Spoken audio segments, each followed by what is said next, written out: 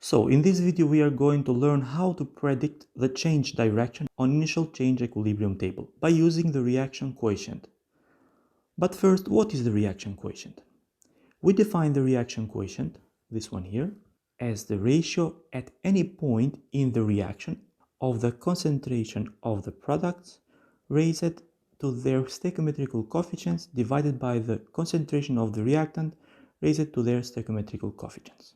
So, Q can be smaller than the equilibrium constant, reaction goes to the right, toward products. Q can be equal to equilibrium constant, the reaction is at equilibrium. And Q larger than the equilibrium constant, reaction goes to the left, toward reactants. Let's move to an example to see how Q, the reaction quotient, helps to find the direction of change at the initial change equilibrium table in an equilibrium problem.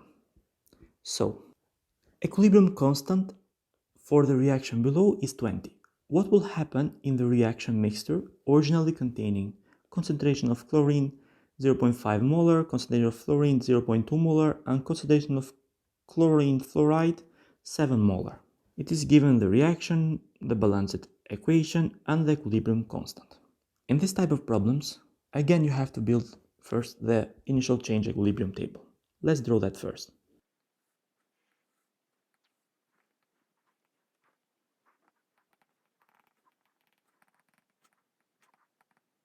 At this point, be careful. The problem says that these are random concentrations. So they are not equilibrium concentrations. So we have the right to place this one as an initial point to the reaction. So let's write them here. At this point comes in handy the reaction quotient. So from any point in the reaction, you can calculate the reaction quotient. Which means that also in this point, it doesn't matter if it's in equilibrium or not. You have to compare that after with the equilibrium constant given here. So let's calculate and see what value has the reaction quotient.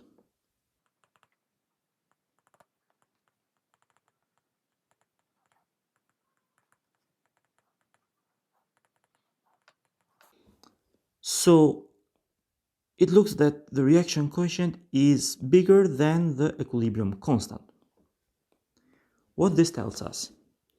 This tells us that the equilibrium is going to shift to the left, which means that to place x's here, we have to place, because it's 2 here at this coefficient, is minus 2x, because we are consuming products.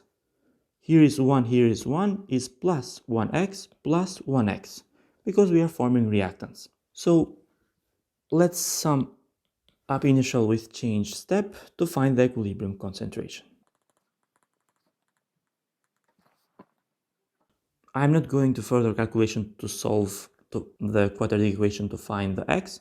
In order to know how to find the x and to find the equilibrium concentrations, I will link another video in the description of this video that I made how to find the equilibrium concentration.